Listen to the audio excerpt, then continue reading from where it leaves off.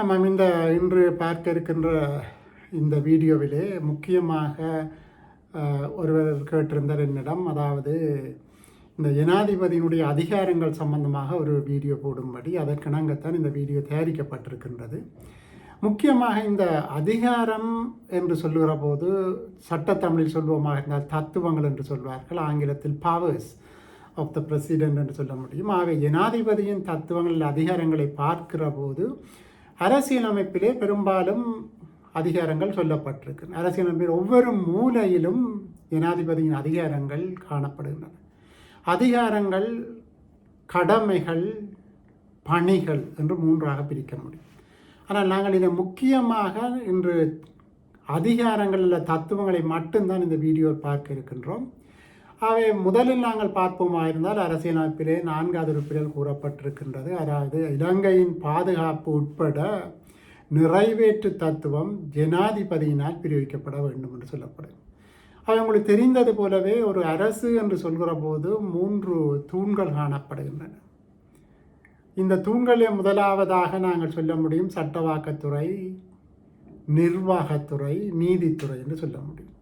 அவங்க நிர்வாகத்துறையை எடுத்து பார்க்கிற போது அதனுடைய தத்துவங்கள் இலங்கையின் பாதுகாப்பு உட்பட நிறைவேற்று தத்துவத்தை ஜனாதிபதி பிறப்பிப்பார்னு சொல்லப்படுறாங்க. அங்கே முதலிலேயே ஆரம்பத்திலேயே ஜனாதிபதியினுடைய அதிகாரம் வெளிப்படையாக காட்டப்பட்டிருக்கின்றது. இதன் பின் நாங்கள் பார்ப்போமாக இருந்தால் முக்கியமாக சொல்லக்கூடிய விடயம் இந்த மொழி சம்பந்தமான விடயம் வருகிற போது கூட அங்கே ஜனாதிபதிக்கு ஒரு அதிகாரம் வழங்கப்பட்டிருக்கின்றது. உங்களுக்கு தெரிந்தது போலவே வடகிழக்கில் நிர்வாக மொழி தமிழாகவும் ஏனைய பகுதிகளில் சிங்கள மொழி தான் நிர்வாக மொழியாக காணப்படுகின்றது. ஆனால் இந்த சிங்கள மொழி காணப்படுகிற இடங்களில் கூட ஒரு ஒரு சிறிய இடப்பரப்பை பார்க்கிறப்போ அந்த இடப்பரப்பில் கூடிய தமிழ் மொழி பேசும் மக்கள் இருப்பார்களாக இருந்தால் அங்கே தமிழும் ஒரு நிர்வாக மொழியாக காட்டப்பட முடியும். அவ்வாறு சில இடங்கள் காட்டப்பட்டிருக்கின்றன. ஏற்கனவே ஜனாதிபதினால் இது ஒரு அதிகாரமாக கொள்ளப்பட முடியும். அடுத்ததாக நாங்கள் பார்க்கக்கூடியது இந்த ஒரு ஒரு கடமை என்று பார்க்கிற அதனை நாங்கள் இந்த வீடியோ முற்றாக பார்க்க போது கடமை என்று சொல்லுகிற போது கூட நாங்கள் சொல்ல முடியும் ஜனாதிபதி தான் விரும்பியபடி செயற்பட முடியாது. அவருக்கும் சில மட்டுப்பாடுகள் இருப்பதை சொல்வதற்காக மட்டும் நான் இந்த விடயத்தை வருகின்ற சொல்லுகின்றேன். அதாவது ஜனாதிபதி மற்றும் அமைச்சரவை சட்டங்களை ஆக்குகின்ற போது இந்த அரச கொள்கை வழிகாட்டி கோட்பாடுகளை பின்பற்ற வேண்டும். அதாவது இங்கே அரசியலமைப்பை பிரகடனம் செய்யப்பட்டிருக்குன்னா அவற்றை பின்பற்ற வேண்டும். இது ஒரு கடமை. ஆனால் இது ஒரு அதிகாரமாக கொள்ளப்பட முடியாது. அதாவது இந்த வேறுபாட்டை காட்டுவதற்காகத்தான் இதை சொல்லுகின்றேன். பொதுவாக இந்த வீடியோ அதிகாரத்தை பற்றியதாகத்தான் இருக்க போகின்றது. ஆகவே நாங்கள் பார்க்கிற போது அரசின் தலைவர், நிர்வாகத்தின் தலைவர், ஆயுதப்படைகளின் தலைவர், அரசாங்கத்தின் தலைவர் எல்லாமே ஜனாதிபதி தான். அவை ஒரே விடயத்தில் முழுமையாக சொல்லுன்றது ஜனாதிபதியின் நிறைவேற்று தத்துவத்தை.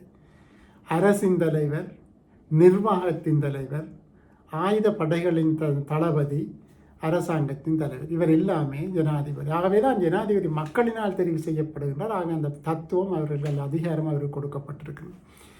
ஜனாதிபதி பதவிக்காலங்களை பார்க்கிற போது 5 ஆண்டுகள் பதவிக்காலம் வைத்திருக்கின்றார். அந்த 5 ஆண்டு பதவிக்காலம் முடிந்த பின்னர் தான் கட்டாயமாக வேறொரு பதவிக்காலத்துக்கு செல்ல வேண்டுமா, தேர்தலுக்கு செல்ல வேண்டுமா என்றால் அவசியம் இல்லை.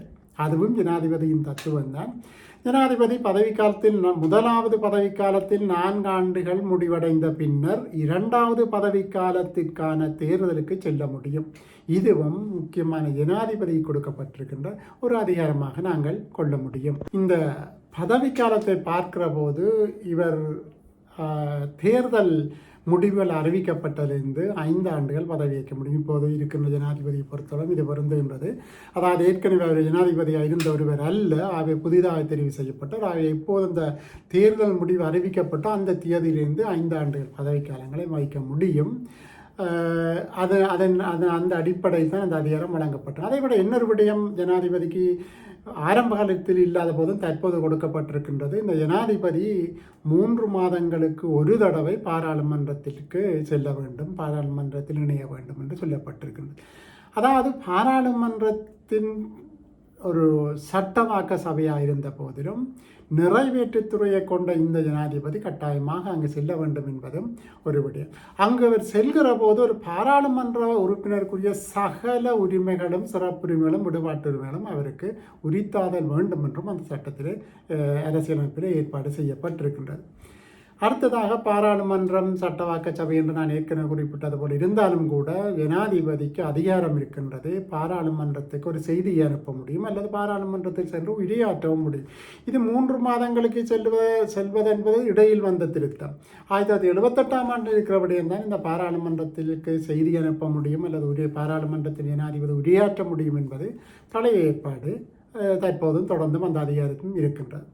முக்கியமாக ஜனாதிபதியின் தத்துவங்கள் என்று சொல்லியே ஒரு உறுப்புரை அரசியலமைப்பில் ஏற்பாடு செய்யப்பட்டிருக்கின்றது. அங்கே பார்க்கிற போது பாராளுமன்றத்தின் அதாவது அரசாங்க கொள்கை கூற்றை வெளியிடுவதற்கான அதிகாரம் ஜனாதிபதிக்கு வழங்கப்பட்டிருக்கின்றது.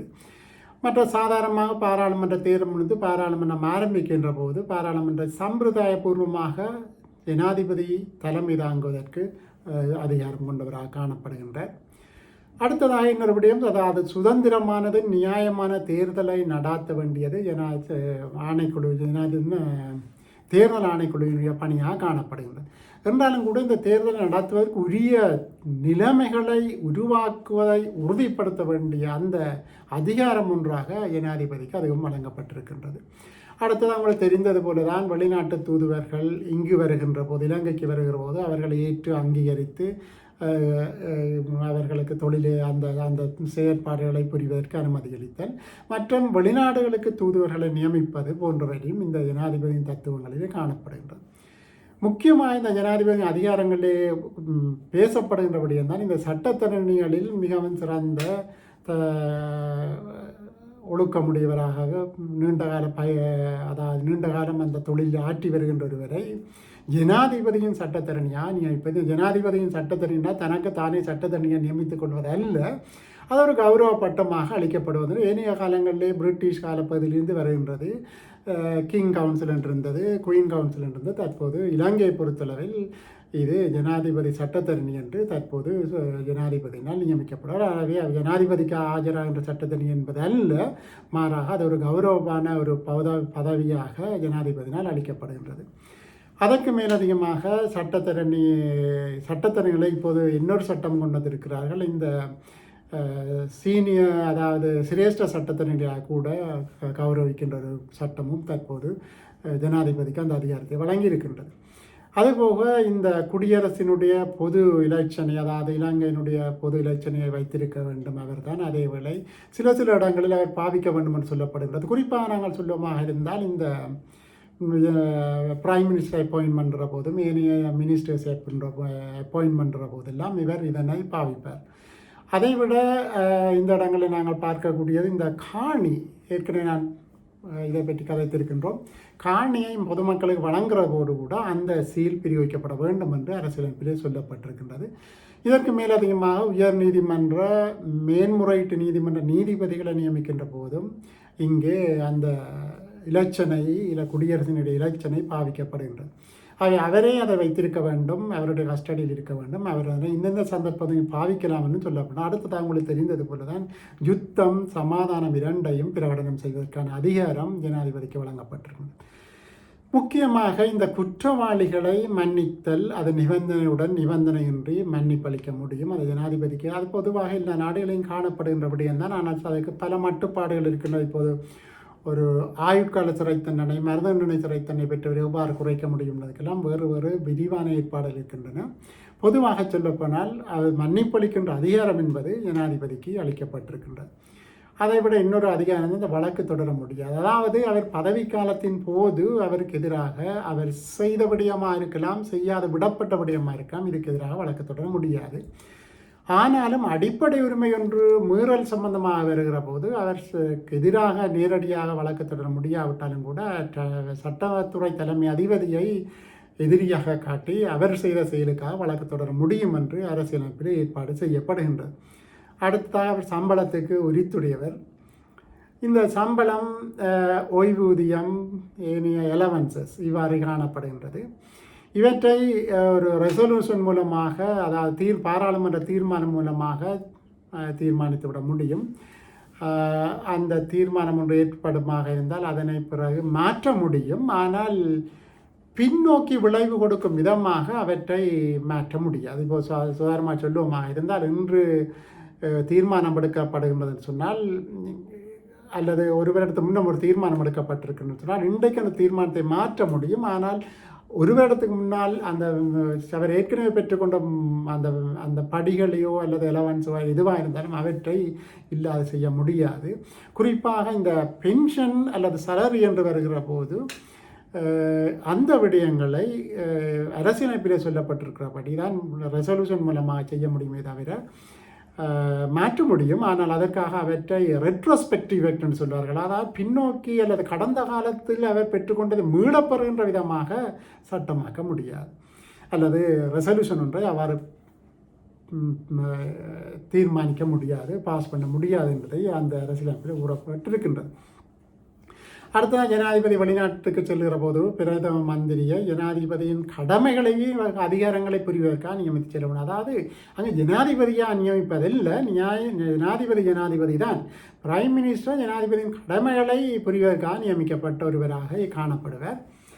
அடுத்ததாக செயலாளர்கள் தனக்கென்று ஒன்றுக்கு மேற்பட்ட செயலாளரை கொண்டு ஜனாதிபதி செயலகம் இருக்கின்றது, அதற்கான செயலாளர்களை வைத்திருக்கோம். அதுக்கான பணியாள் தொகுதியை ஸ்டாஃப் அதற்காக வைத்திருக்க முடியும்.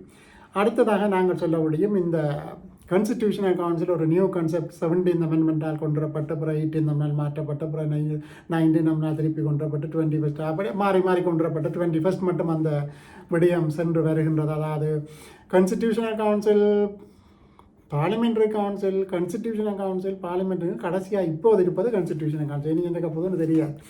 அது மாறி வருகின்றது, மாற ஒவ்வொரு விடயங்களை மாற்றிக்கொண்டிருக்காங்க. ஆனால் இங்கே நான் அதிகாரம் பற்றி பேசுகின்ற போது அங்கே வருகின்றது, ஜனாதிபதி கான்ஸ்டிடியூஷனல் கவுன்சிலுக்கு தன்னுடைய தனிப்பட்ட பிரதிநிதிகளை நியமிக்க முடியும். அதனை விட மேலும் 6 பேரை நியமிக்க முடியும். 6 பேர் என்று சொல்லும்போது அது சில மட்டுப்பாடுகள், அந்த நொமினேஷன் ஒவ்வொரு நாள் செய்யப்படுதுன்னு அந்த நொமினேஷன் முடிவில் ஜனாதிபதி அவருக்கு அப்பாயின்மெண்ட்டை கொடுக்கிறார். ஆனால் நியமனம் என்று வருகிற போது இந்த 6 பேருடைய நியமனமும் ஜனாதிபதியினால் செய்யப்படுகின்றது. அடுத்ததாக நாங்கள் பார்க்க வேண்டியது இந்த ஆணைக்குழுக்கள்.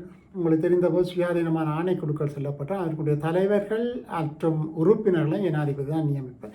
அதற்கு ஏற்கனவே நான் குறிப்பிட்டது போல தான் மட்டுப்பாடுகள் இருக்கின்றது, சில நடைமுறைகள் இருக்கின்றன. அவற்றை பின்பற்றி தான் அவர் தான் எதேச்சையாக அவரை ஒருவரை நியமிக்க முடியாது. சில மட்டுப்பாடுகள் கட்டுப்பாடுகளுக்கு உட்பட்டுத்தான் அந்த நியமனத்தை செய்ய வேண்டும் என்று சொல்லப்பட்டிருக்கு. அதே போல அரசியல் அமைப்பிலும் சில குறித்த பதவிகள் சொல்லப்பட்டிருக்கின்றன. அந்த குறித்த பதவிகளுக்கு ஆட்களை நியமிக்கின்ற போது கூட ஜனாதிபதி தான் நியமிக்க வேண்டும். அதற்கு மேற்கனவே நான் குறிப்பிட்டது போல மட்டுப்பாடுகள் கட்டுப்பாடுகள் காணப்படுகின்றன. அதாவது குறிப்பாக சொல்லுவோமாக இருந்தால், இப்போது உயர் நீதிமன்ற நீதிபதிகள் அல்லது கோர்ட் ஆஃப் அப்பீல் ஜட்ஜஸை நாங்கள் எடுத்து பார்ப்போமா இருந்தால், அவர்களுக்கு நியமிக்கின்ற போது முதலில் ஜனாதிபதி சிபாரிசு செய்ய வேண்டும், கான்ஸ்டிடியூஷனல் கவுன்சில் அதனை அப்ரூவ் பண்ண வேண்டும், அதன் பின்னர் ஜனாதிபதி நியமிக்க வேண்டும். நியமனம் என்று பார்க்கிற போது அது ஜனாதிபதியிடம் வழங்கப்பா, அதுவும் ஒரு அதிகாரமாக சொல்ல முடியும், ஜனாதிபதி நியமிக்க வேண்டும். அடுத்ததாக அமைச்சரவையின் தலைவர் ஜனாதிபதி, அமைச்சரவையின் உறுப்பினரும் ஜனாதிபதி தான். அவர் அமைச்சரவையில் ஒரு உறுப்பினராகவும் இருந்து கொண்டு அதேபோல அதுக்குரிய தலைவராகவும் இருக்கின்றார். அதே போல் பிரைம் மினிஸ்டர் பிரதம மந்திரியை நியமிக்கின்ற அந்த அதிகாரம் ஜனாதிபதிக்கின்ற மட்டு ஆட்பாடுகளுக்கு உட்பட்ட, அதாவது பாராளுமன்றத்தில் மிகுந்த நம்பிக்கை பெறுகிற ஒருவரை தான் நியமிக்க வேண்டும் என்பதால் அங்கே இருக்கிற மாட்டுப்பாடு. ஆனால் நியமனம் என்று வருகிற போது அது ஜனாதிபதியிடம்தான் கொடுக்கப்பட்டிருக்கின்றது. அடுத்ததாக அமைச்சர்கள், பிரதி அமைச்சர்கள், ஸ்டேட் மினிஸ்டர்ஸ் என்று இருக்கிறார்கள். அதாவது அமைச்சரவை அந்தஸ்து இல்லாத அமைச்சர்கள் என்று அந்த 3 வகையான அமைச்சர்கள் இருக்கிறார்கள். அவர் அனைவரையும் நியமிப்பது ஜனாதிபதி தான். அந்த விடயங்களும் ஜனாதிபதி அதிகாரங்களாக நாங்கள் சொல்லிக்கொள்ள முடியும். அடுத்தது முப்படைகள், அதாவது ஆர்மி, நேவி, ஏர்ஃபோர்ஸ் போன்ற 3 படைகளுக்கும் தலைவர்களை நியமிப்பதும் முழுமையாக ஜனாதிபதியிடம் விடப்பட்டிருக்கின்றது. இவையெல்லாம் நிறைவேற்று தத்துவத்தினுடைய அதிகாரங்களாக சொல்ல முடியும். ஆனால் லெஜிஸ்லேட்டிவ் பவர் வழங்கப்பட்டிருக்கிறது. அதாவது இந்த சட்டவாக்க தத்துவங்களும் அதிகாரங்களும் வழங்கப்பட்டிருக்கின்றது ஜனாதிபதிக்கு. அதுதான் என்னென்னு சொன்னால், எமர்ஜென்சி ரெகுலேஷன்ஸை உருவாக்குற வெளியிடுவதற்கான அதிகாரம் ஜனாதிபதிக்கு வழங்கப்பட்டிருக்கின்றது. ஆகவே அந்த இடத்தில் ஜனாதிபதி நிறைவேற்று தத்துவங்களை மட்டுமல்ல சட்டவாக்க தத்துவத்தையும் அவர் பிரயோகிக்கின்றார் என்று தான் சொல்ல வேண்டும். இந்த அடிப்படையில் அவர் அவசர நிலைமையை பிரகடனம் செய்த பின்னர் அவசர ஒழுங்கு விதிகளை வெளியிடுவதற்கான அதிகாரம் ஆக்குவதற்கான அதிகாரம் அவருக்கு வழங்கப்பட்டிருக்கின்றது. மற்றது மக்கள் தீர்ப்புக்கு சட்ட மூலங்களை வழங்க முடியும். அதாவது சில சந்தர்ப்பங்களில் மக்களுடைய நேரடியான ஒப்பீனியனை பெற வேண்டும் என்று ஜனாதிபதி கருதுவாராக இருந்தால் அவர் அதனை மக்கள் தீர்ப்புக்கு விட முடியும். அவர் மக்கள் தீர்ப்புக்கு விடப்படுமாக இருந்தால் அவர் அதிலே புறக்குறிப்பிட்டு சான்றை வழங்கிய பின்னர் தான் அது சட்டமாக வருகின்றது. அதுவும் ஒரு அதிகாரமாக நாங்கள் சொல்லிக்கொள்ள முடியும். ஆகவே ஆலோசனைக்கு ஒரு சட்ட சம்பந்தமான பிரச்சனைகள் வருகிற போது விளக்கங்கள் தேவைப்படுமா இருந்தால் அதனை உயர்நீதிமன்றத்துக்கு ஆற்றுப்படுத்தி அதன் மூலமாக கூட ஆலோசனையை பெற்றுக்கொள்ள முடியும். அதுவும் ஜனாதிபதியினுடைய அதிகாரம். ஜனாதிபதிக்கு மட்டும்தான் அந்த அதிகாரம் காணப்படுகின்றது. அடுத்ததாக உங்களுக்கு தெரிந்தது போலவே மாகாண ஆளுநர்களை நியமிப்பதும் ஜனாதிபதியினுடைய விடயம்தான். அவை மாகாண விடயங்களை நாங்கள் பார்க்கிற போது அங்கே பல விடயங்கள் சொல்லப்பட்டிருக்கு. ஆனால் முக்கியமாக இந்த ஆளுநர்கள் என்பவர்கள் தான் நிர்வாக தகுதிக்கு தலைமை தாங்குகிற மாகாணங்களில் காணப்படுகின்றார். அவை அந்த விடயங்களுக்கு செய்வதற்காக மாகாண ஆளுநர்களை ஜனாதிபதி நியமிக்கின்றார். இன்னொரு விடயம் இருக்கிறது முக்கியமானது, அது மாகாண சபை நிலையில் சட்டமாக்க முடியும் பாராளுமன்றம். அவ்வாறு சட்டமாக்குற போது அது 3/2 பெரும்பான்மையுடன் நிறைவேற்றப்பட வேண்டுமா, சாதாரண பெரும்பான்மையுடன் நிறைவேற்றப்பட வேண்டுமா என்கின்ற விடயம் எழுகின்றது. இந்த சந்தர்ப்பத்தில் மாகாண சபை நிழலில் சட்டமாக்கினோடு ஜனாதிபதிக்கு ஒரு அதிகாரம் வழங்கப்பட்டால் அந்த அதிகாரம் இல்லை கடமை என்று கூட சொல்ல முடியும், பணி என்று கூட சொல்ல முடியும். இந்த மாகாண சபை நிலை உருவாக்கப்படுகின்ற போது எல்லா மாகாண சபைக்கு அனுப்பப்பட்டு அதனுடைய கருத்துகள் எடுக்கப்பட்ட பின்னர் தான் அவை நிறைவேற்றப்படும். இவ்வாறு சொல்லிக்கொண்டே போகலாம் அரசியலமைப்பை பொறுத்தளவில் காணப்படுகின்றது. அதோடு நீங்கள் பார்த்தது போலவே ஒரு விடயம் இருக்கிறது அரசியலமைப்பிலே. இந்த ஜனாதிபதி தனக்குத்தானே சில அமைச்சு பணிகளை ஒதுக்கி கொள்ள முடியும். இப்போ உதாரணமாக எடுப்போமா என்றால், இப்போது ஒரு ஒரு உதாரணத்துக்கு எடுப்போமா இருந்தால், ஒரு மின்சக்தி விடயம் ஜனாதிபதி தனக்கு அதனை ஒதுக்கி கொள்வாராக இருந்தால், மின்சாரம் சம்பந்தமான என்னென்ன சட்டங்களை அங்கே மினிஸ்டர் என்று சொல்லப்பட்டிருக்கிறோம் அந்த அதிகாரம் அனைத்தும் ஜனாதிபதிக்கு வந்ததாக கருதப்படும். ஆகவே இவையெல்லாம் சட்டங்களிலே கூறப்பட்டிருக்கிறபடியும் இதுக்கு நல்ல உதாரணம் இந்த போர்ட் சிட்டி சம்பந்தமான சட்டம், இந்த கொழும்பு துறைமுக பொருளாதார வலய சட்டம் நிறைவேற்றப்பட்டால் அதில் நீங்கள் பார்க்கிற போது மினிஸ்டர் அப்பாயின்ட் பண்ணப்பட்டால் அது மினிஸ்டருக்கு என்று சொல்லியும், அவ்வாறு இல்லை ஜனாதிபதி இருந்தால் அவர் ஜனாதிபதி தான் அந்த தத்துவங்கள் அதிகாரங்களை பிரிவிக்க வேண்டும். அங்கேயும் பல விடயங்கள் ஜனாதிபதிக்கு அளிக்கப்பட்டிருக்கின்றன. இந்த விடயங்களும் நாங்கள் பார்க்க வேண்டும். அவை தனித்தனி சட்டங்களை பார்க்கிற போது பல பல விடயங்களில் ஜனாதிபதி அதிகாரம் வழங்கப்பட்டது. அரசியலமைப்பிலும் பல விடயங்கள் இருக்கின்றன. ஆனால் ஓரளவுக்கு குறித்த கால எல்லைக்குள் முக்கியமான அதிகாரங்கள் அல்லது தத்துவங்கள் அல்லது பவர்ஸ் உங்களுக்கு சொல்லியிருக்கின்றேன். இத்துடன் இந்த வீடியோ முடித்துக்கொள்வோம். நன்றி.